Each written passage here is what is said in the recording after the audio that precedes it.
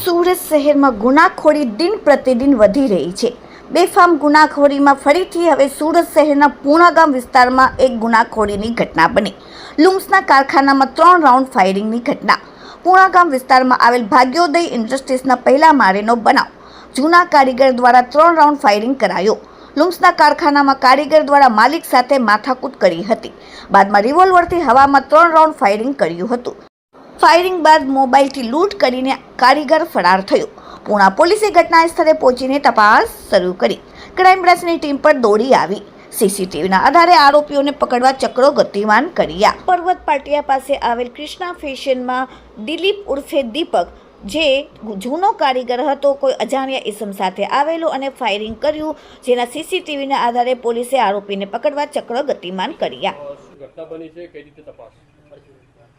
ગઈકાલ બપોરના 12:30 વાગ્યાના આસપાસ જ્યાં કામના જે ફરિયાદી છે એમને ફરિયાદીના ખાતા ઉપર અગાઉ કામ કરતો દિલીપ ઉર્ફે દિલીપસિંહ ઉર્ફે દીપક જે ખાતા ઉપર આવેલો હતો અને અગાઉ એને જે ખાતા ઉપર ઝઘડો થયો હતો। આ કારીગરો ત્યાં કામ કેમ કરે છે એ બાબતે એને ધાકધમકી આપી અને 2 થી 3 રાઉન્ડ ફાયરિંગ કરી અને અજાણ્યા કોઈ ઇસમ સાથે આવેલો અને તેથી ભાગી ગયેલ છે।